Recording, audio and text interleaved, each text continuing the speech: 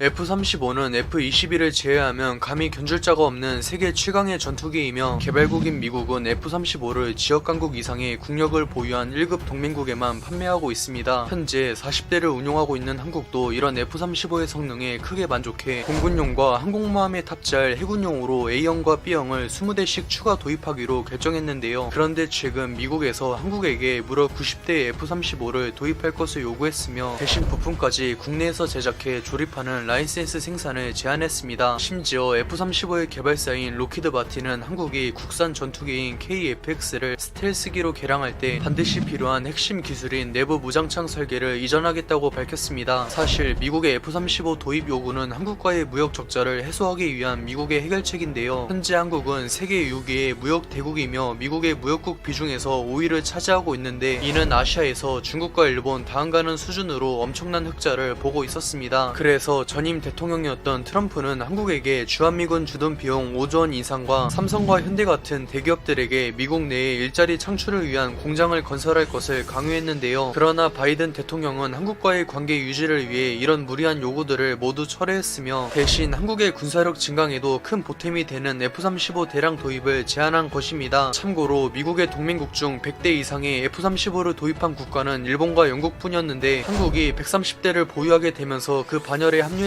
해외 도입국 중 일본 다음으로 많은 물량입니다. 그런데 이 소식을 접한 중국은 한국의 F-35 대량 도입에 눈에 띄게 당황하고 있으며 북한은 한반도의 평화를 깨는 어리석은 짓이라고 비난하고 있습니다. 만약 한국이 130대의 F-35를 도입한다면 북한군에겐 사형 선고나 다름없으며 중국도 동아시아의 패권 장악을 위한 한국과의 전쟁에서 더 이상 승리를 장담할 수 없기 때문입니다. 그래서 오늘은 F-35 130대 도입 확정에 중국에서 난리난 이유에 대해 알아보겠습니다.